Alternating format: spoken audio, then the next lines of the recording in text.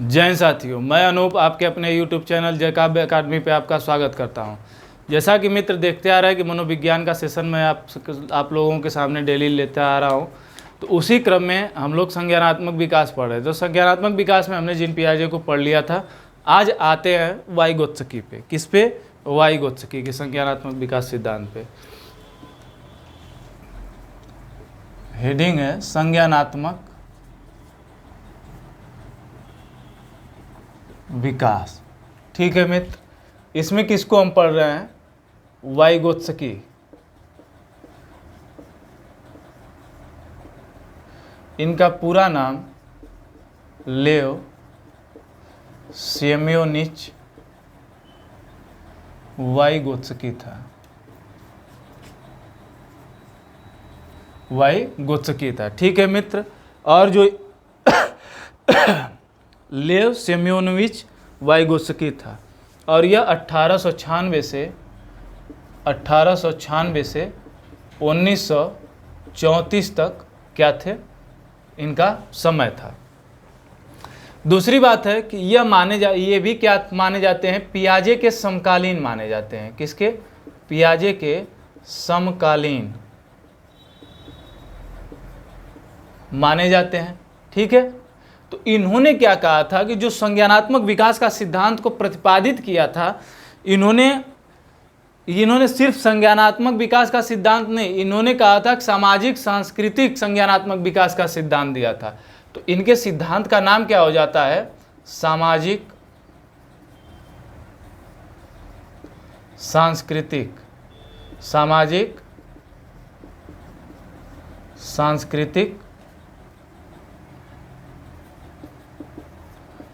संज्ञानात्मक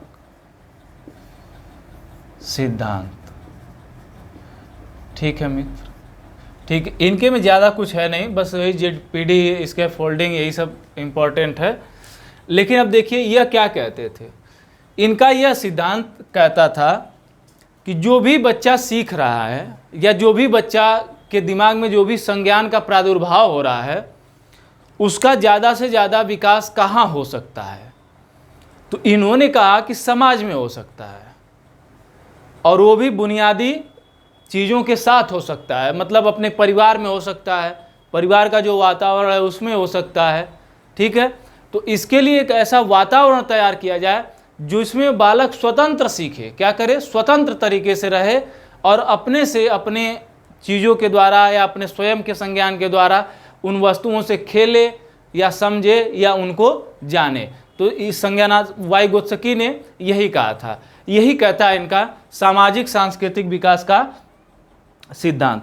ठीक है, इन्होंने मानसिक विकास पर सबसे ज़्यादा जोर देके क्या किया था? अध्ययन किया था। इन्होंने संज्ञानात्मक विकास में 3 तत्व रखे थे। किसमें? संज्ञानात्मक विकास में 3 तत्व रखे थे। संज्ञानात्मक विकास जो था इनका, उसमें मित्र 3 तत्व थे। क्या क्या था? एक थी संस्कृति,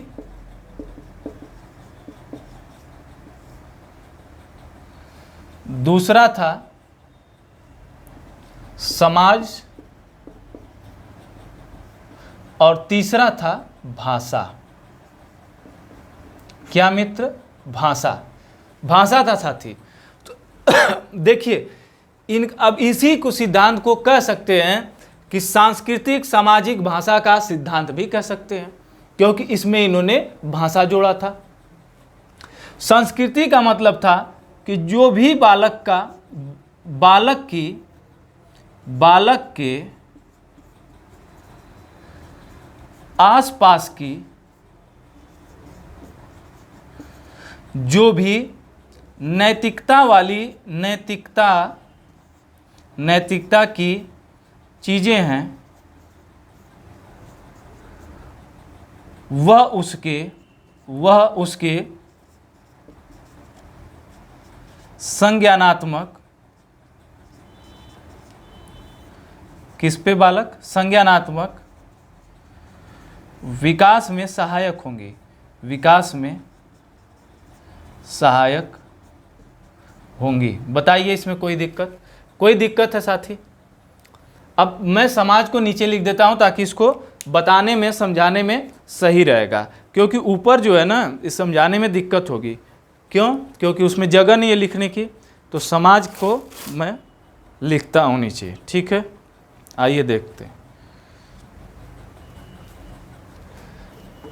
समाज को नीचे लिखते हैं, भाषा को यहां बता दूंगा। तो समाज, समाज एक ऐसा वातावरण, एक ऐसा वातावरण जो स्वतंत्रता प्रदान करे, स्वतंत्रता प्रदान करे, जिससे जिससे बालक स्वतंत्र सीख सके।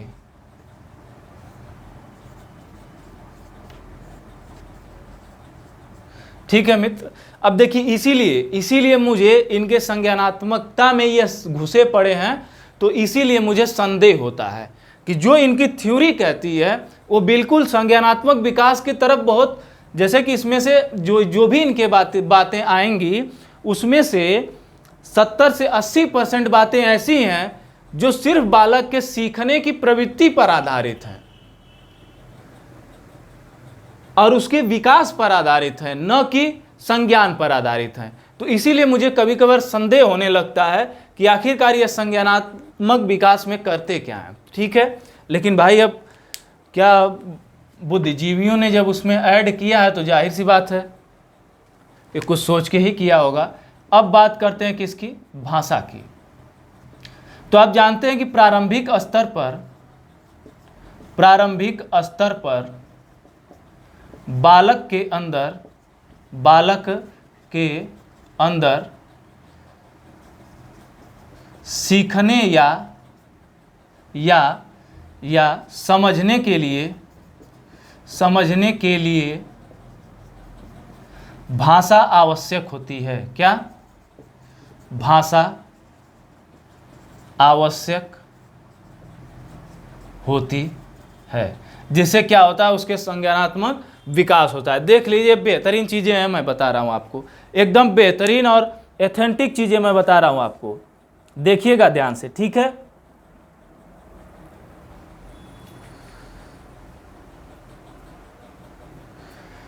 ठीक है मित्र, देख पाए। अब इन सारी चीज़ों का बालक क्या करता है? आत्मनियमन करता है। आत्मनियमन, क्या मित्र? आत्मनियमन। अब यह आत्मनियमन क्या होता है कि जो भी बालक समाज से, ठीक है, समाज से क्या कर रहा है, इसको कहते हैं सेल्फ रेगुलेशन। जान लीजिए, थोड़ा इंग्लिश में समझ में अच्छे से आ जाएगा। सेल्फ रेगुलेशन, रेगुलेशन का मतलब रेगुलर से बना हुआ है, सेल्फ का मतलब स्वयं से। तो यह क्या करता है कि जो भी समाज से संप्रेषण करता है, क्या? समाज से संप्रेषण करता है, उसे क्या कहते हैं? आत्मनियमन करते हैं। और करने के पश्चात करता है, उसके बाद स्वयं से प्रयोग करता है बिना किसी के हस्तक्षेप किए। इस बात का इसमें ध्यान रहे। और एक आता है इसमें, आत्मनियमन हो गया, और एक आता है निजी भाषण। क्या? निजी भाषण। ठीक है, पर्सनल स्पीच। ठीक है, पर्सनल स्पीच ही इसे कहते हैं, या कह सकते हैं प्राइवेट, मतलब निजी ये भी होता है, प्राइवेट भी होता है, तो प्राइवेट स्पीच भी इसे कहते हैं। क्लियर है मित्र? अब यह क्या होता है? आप लोग देखे होंगे कि बालक स्वयं से ही क्या करता है? स्वयं से ही बातें करता है। क्या करता है? स्वयं से ही बातें करता है, जिससे उसके भाषा का विकास होता है। इतनी चीजें समझ में आई मित्र? बताइए, इतनी चीजें इनकी समझ में आई? तो अगर पूछ दे पूछ दे मित्र, क्या पूछ दे? पूछ दे कि जो ये आत्मनियमन, निजी भाषण, ऐसी प्रवृत्ति किसके सिद्धांत में दी गई है, या किसके सिद्धांत में दिया गया है कि आत्मनियमन के द्वारा, निजी भाषण के द्वारा बालक सीखता है? तो वह किसके सिद्धांत में दिया गया है? वाइगोत्स्की के सिद्धांत में दिया गया। कभी कभी आत्मनियमन पूछ देता है कि आत्मनियमन होता है, ऑप्शन में दे के। सीटेट के पेडागोजी में ऐसे क्वेश्चन बहुत आते हैं। ठीक है मित्र, तो मैंने आपको एकदम बेहतरीन तरीके से एक्सप्लेन करके इसको समझाया। और एक बात और समझिए, इन्हीं के सिद्धांत को ये नोट में लगाइएगा मित्र। क्या? नोट में लगाइएगा। किसमें? नोट में। क्या है? इन्हीं के सिद्धांत को सामाजिक निर्मितवाद का सिद्धांत कहते हैं। इसमें पहला और दूसरा यहीं पे मैं बता दे रहा हूं ताकि कंफ्यूजन ना हो। निर्मितवाद का सिद्धांत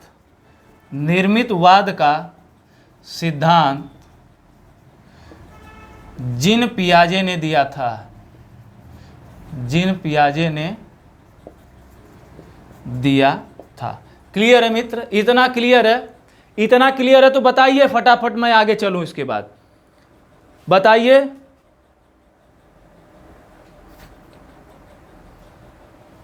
चलिए आगे चलते हैं। मिटा लें, स्क्रीनशॉट ले लीजिए। अब आगे चलते हैं। क्या?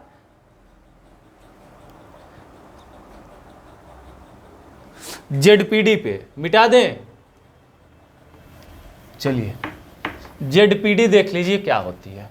एकदम बेहतरीन तरीके से समझाएंगे। आप कभी जिंदगी में जेडपीडी भूल नहीं पाएंगे कि जेडपीडी होती क्या। जो जेडपीडी है, इसके अंतर्गत यह कहते हैं वाइगोत्स्की कि पहले बच्चे की जो वर्तमान स्थिति है उसमें वह स्वयं से सीखता है। मतलब उसकी पहुंच वहां पे स्वयं के द्वारा ही क्या है? संभव है। वह अत्यधिक सरल क्रियाएं होती हैं। देखिए मैं समझा रहा हूं। हेडिंग लगाइए ZPD। इसको इंग्लिश में कहते हैं zone of proximal development. Clear है मित्र? हिंदी में इसे कहते हैं संभावित विकास का क्षेत्र। क्लियर है मित्र? देखिए यही है जेडपीडी। जेडपीडी यही है। आगे चलते हैं। जैसे कि देखिए, मान लीजिए यहाँ पे उसकी एक स्थिति बनी हुई है, और नीचे थोड़ा सा बनाते हैं। यह वर्तमान स्थिति है, फिर उसके बाद यह जेडपीडी वाला जोन है, और यह वाई स्थिति है। ध्यान दीजिएगा, यह क्या है? दिख रहा है? थोड़ा सा बड़ा बनाएं। रुक जाइए 1 मिनट मित्र, बड़ा करते हैं ताकि आपको भी तो दिखना चाहिए। यह क्या है? इसकी वर्तमान स्थिति। फिर उसके बाद यह जेडपीडी वाला जोन, और यह जो है वाह अनुक्रिया वाला जोन है। ध्यान से देखिएगा बच्चा, ये 3 अंडे आपके दिमाग में बैठ जाना चाहिए। ठीक। अब यह जो होगी, यह यहां से तीर लगा रहे हैं, ध्यान दीजिएगा। यह बालक की वर्तमान स्थिति, मतलब जिस स्थिति में बालक स्वयं में रहता है, मतलब वर्तमान विकास। ध्यान दीजिएगा, ध्यान दीजिएगा मित्र, मैं क्या कह रहा हूं। यही जेडपीडी है। इससे अत्यधिक सरल भाषा में आप कभी नहीं समझ पाएंगे। ये देखिए वर्तमान विकास है, मतलब यह ऐसी अवस्था है जहां बालक क्या रहता है? एकदम स्वतंत्र रहता है। क्या रहता है? यहां पे लिख सकते हैं, स्वतंत्र अवस्था में रहता है। ठीक है। अब देखिए यहां पे जो भी क्रियाएं इसके सामने आएंगी, देखिए तो इधर दिख रहा है क्या? यहां तक दिख रहा है? दिख रहा है ना? अत्यधिक सरल होगी, अत्यधिक सरल क्रियाएं होंगी। मतलब यहां पे जो भी चीजें बालक के सामने आएंगी वह क्या कहेंगी? इसके पहुंच में होंगी। किस में होंगी? इसके पहुंच में होंगी। अब जब इस स्थिति से निकलेगा, जैसे थोड़ा सा आगे बढ़ेगा, तो वहीं पे क्या मिलेगा? जेडपीडी मिलेगा मित्र। क्या मिलेगा? ZPD, जिसे संभावित विकास का क्षेत्र कहते हैं। जैसा कि नाम से ही क्लियर है कि यहाँ पे संभावना है कि बालक का विकास थोड़ा और हो सकता है। लेकिन एक बात इसमें ध्यान दीजिए, यह मदद के द्वारा संभव, मदद के द्वारा संभव है। मतलब समझ रहे हैं, यहां पे कौन बैठा होगा? मार्गदर्शक बैठा होगा। कौन बैठा होगा मित्र? मार्गदर्शक बैठा होगा, जिसका कार्य क्या होगा? ZPD वाले जो होने वाली क्रियाएं हैं, जो समाज के नए परिवेश में प्रवेश कर रहा है, उसको समझाने का कार्य किसका होगा? मार्गदर्शक का होगा। इसके द्वारा इसमें एक शब्द लिखिए, इस मदद के द्वारा पहुंच संभव, यह ज्यादा बेहतर रहेगा। पहुंच संभव हो सकेगी। ठीक है मित्र, मतलब यहां पर मदद के द्वारा वो बालक क्या करेगा? पहुंच जाएगा। यह इसका वर्तमान वातावरण है। मान लीजिए कि यह आपके परिवार का है। किसका है? परिवार का वातावरण। समझाने के लिए लिख लीजिए और समझने के लिए, यह थोड़ा सा परिवार के बाहर का वातावरण है। परिवार के, यहाँ पे लिख लीजिए, परिवार के बाहर का वातावरण, बाहर का वातावरण।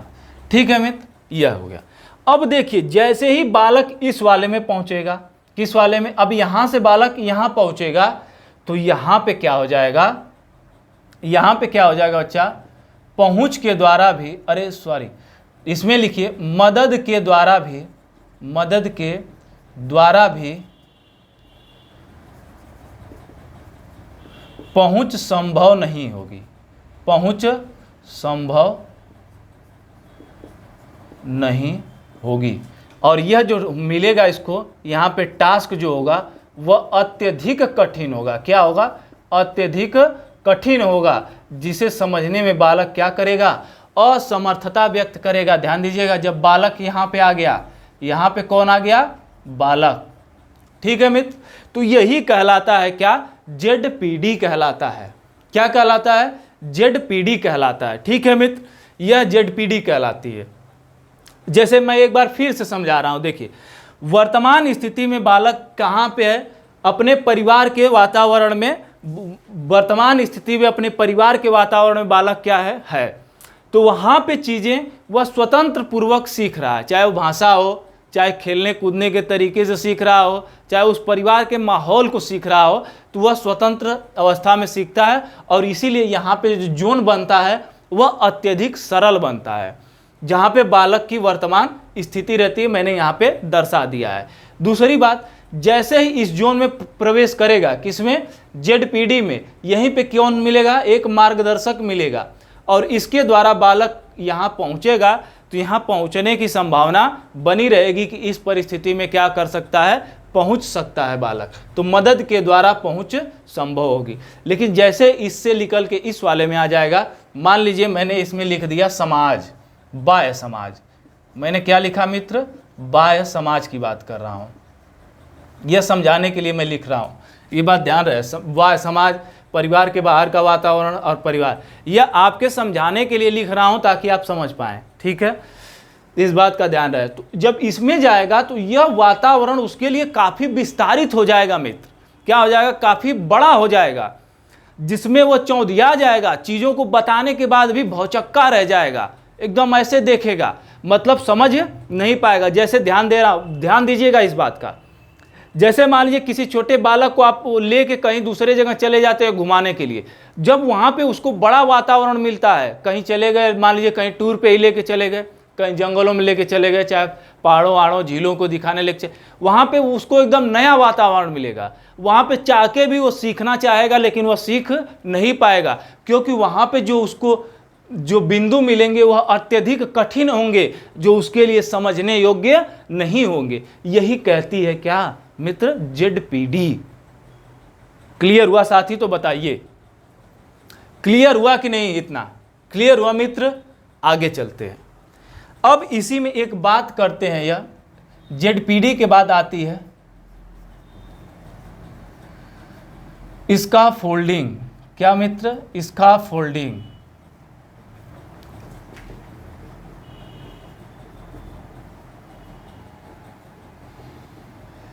हिंदी में ऐसे लिखेंगे।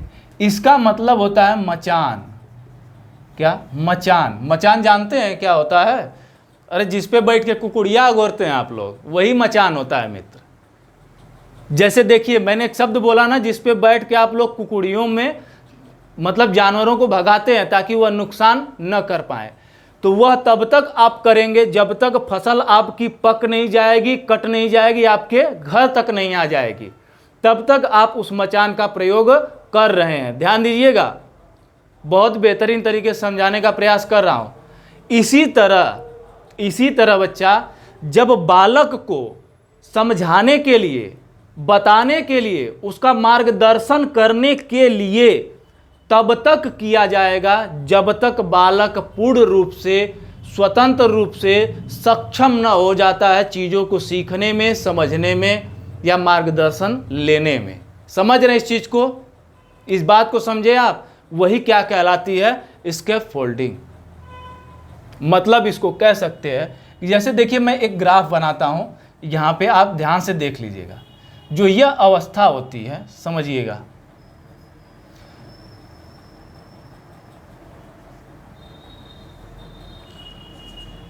देखिए ये मैं ग्राफ के जरिए समझाना चाहता हूं ताकि आप आसानी से समझ पाएं। हालांकि ये ग्राफ मिलेगा नहीं कहीं। इस पे मैं लिख देता हूं नीचे क्या? स्कैफोल्डिंग मान लीजिए। मतलब यहाँ पे जो भी क्रियाएं हैं यहाँ से लेके यहाँ तक स्कैफोल्डिंग से संबंधित है।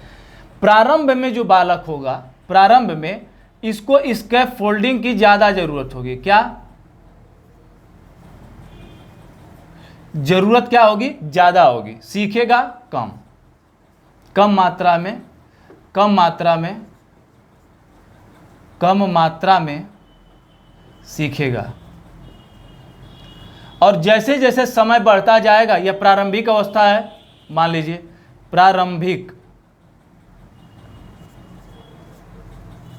प्रारंभिक अवस्था है और यह अंतिम अवस्था है। ठीक है, अब ध्यान दीजिएगा। अब जैसे जैसे बढ़ती जाएगी यह अवस्था, ये जो गैप प्रारंभिक से अंतिम अवस्था की तरफ जितना बालक चलता जाएगा ना, उतना ही स्कैफोल्डिंग का ग्राफ क्या होगा? घटता जाएगा। तो ये हो गई स्कैफोल्डिंग। समझ रहे हैं आप मैं क्या कहना चाहता हूं? मतलब अभी यहां पे स्कैफोल्डिंग कम हो गई और बालक क्या करेगा? सीख लेगा। मतलब ज्यादा मात्रा में सीखेगा। और जब मित्र ज्यादा मात्रा में सीखेगा, थोड़ा सा और आगे जैसे बढ़ेंगे तहां पे आके ऐसी स्थिति बन जाएगी, जैसे कि मान लीजिए थोड़ा और आगे बढ़े तो यहां पे केवल बालक स्वतंत्र पूर्वक, देखिए इधर कट नहीं रहा है ना,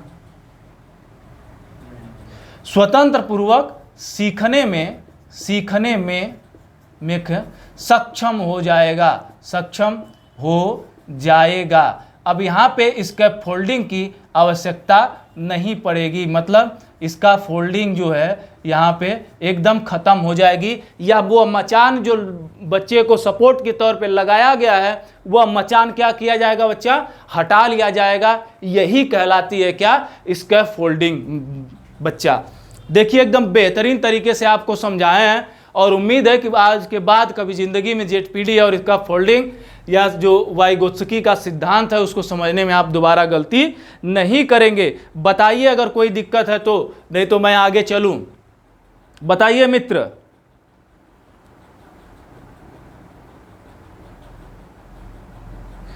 एक और मैं इंफॉर्मेशन देना चाहता हूं, इस नोट में लिखिए। दो मनोवैज्ञानिक थे, एक थे थारपे एवं गोलीमोरे। गोलीमारे मत लिख लीजिएगा, गोलीमोरे। ठीक है मित्र। बात आती है कब? 1998 ईस्वी की। कब आती है बात? 1998 ईस्वी की। 88 की मित्र, 88 की आती है, 98 की नहीं। बात आती है 1988 की। तो यह क्या कहते हैं कि जो जेडपीडी है, जेडपीडी के स्तर प्रमुख रूप से साथी कितने बताए इन्होंने? 4 बताया इन्होंने। क्या बताया? 4 बताया। अब वह कौन कौन से स्तर है मित्र? आप बताइए, जानते हैं एक तो, एक भी जानते हो तो बताइए। पहला स्तर इनका था अधिक जानकार द्वारा मार्गदर्शन। ध्यान दीजिएगा। और जो पहला क्या था, अधिक जानकार द्वारा मार्गदर्शन। दूसरा क्या था, अपने आप स्वयं को सहायता देना। क्या मित्र? अपने आप स्वयं को सहायता देना। ठीक है, ये देखिएगा, ये इंपॉर्टेंट है मित्र, कहीं भी पूछ सकता है कि थारपे एवं गोलीमारे ने जेडपीडी के कितने चरण बताए हैं मित्र। तो कितने चरण बताए हैं? तो 4 चरण बताए हैं साथी। कितने चरण? 4 चरण। और अगला था अभ्यास द्वारा स्वचालित क्रिया। अभ्यास द्वारा स्वचालित क्रिया। और जो अंतिम था तो यहां पे क्या हो जाता है आपका, क्या हो जाता है? अस्वचालित क्रिया या चरणों की पुनरावृत्ति हो जाती है। चरणों की पुनरावृत्ति या अस्वचालित क्रिया। ठीक है मित्र, जैसे देखिए चारों को समझिए। अधिक जानकार के द्वारा क्या किया जाता है? मार्गदर्शन दिया जाता है, मतलब बच्चे को सिखाया जाता है। कीवर्ड देखिए, अपने आप स्वयं को सहायता देना है, मतलब यह स्वयं से सीखता है। फिर स्वयं से सीखता है। देखिए यही तो बच्चा बेहतरीन चीज़ें हैं जो आपको कहीं ज़िंदगी में नहीं मिल सकती और कहीं से नहीं मिल सकती, कि जो मैं बता रहा हूँ। इसमें देखिए कीवर्ड मैं दे रहा हूँ आपको, ताकि आप क्या करें, इसके सहारे भी इन चारों चरणों को याद कर पाए। देखिए अभ्यास द्वारा स्वचालित क्रिया, मतलब यहां पे इसका क्या होगा, बार बार करके सीखेगा, मतलब बार बार करके सीखना। अब यह इसमें जो चरणों की पुनरावृत्ति बच्चा है, अब ये तीनों जो प्रक्रियाएं हुई है ना, इसका क्या करेगा, अब दोहराव करेगा बच्चा। अरे मित्र, दोहराव करेगा। और यही क्या होता है, थारपे एवं गोलीमारे के अनुसार यही क्या है, ये आपका दिया गया जेडपीडी के 4 बेहतरीन चरण है साथी। और आप लोग देख रहे हैं कितना बेहतरीन और ज़बरदस्त भयंकर तरीके से एक्सप्लेनेशन चल रही है साथी। तो आप ऐसी बेहतरीन जानकारी के लिए, बेहतरीन एक्सप्लेनेशन के लिए हमारे चैनल से जुड़े रहें और लोगों को जुड़े। तो आपसे एक आग्रह है कि आप ज़्यादा से ज़्यादा लोगों तक यह चैनल को पहुंचाएं और ज़्यादा से ज़्यादा लोगों को सब्सक्राइब करवाएं साथी। आज के लिए मैटर को बस इतना ही रखते हैं। जय हिंद, जय जय काव्य एकेडमी।